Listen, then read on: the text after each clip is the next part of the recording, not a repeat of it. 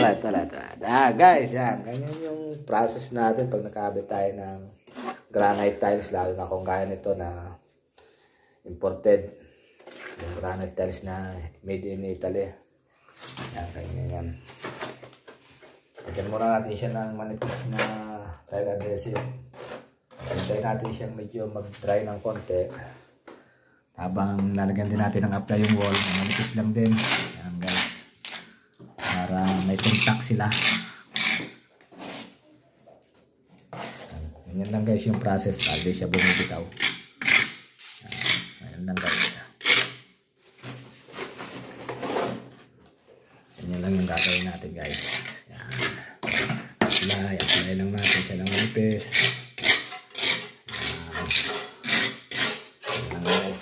Wala tayong proseso lang ng formica na didikit sa plywood. Ganun lang din. Kasi yung granite tiles hindi yan sinusip-sip basta ng tubig.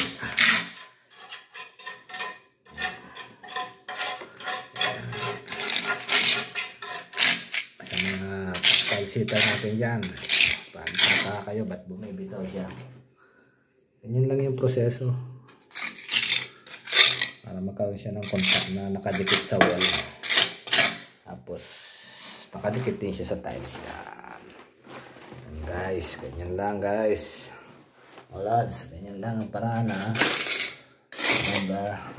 Remember, don't forget to subscribe my channel. Pin the notification bell para lagi kayong update sa mga bago nating proseso.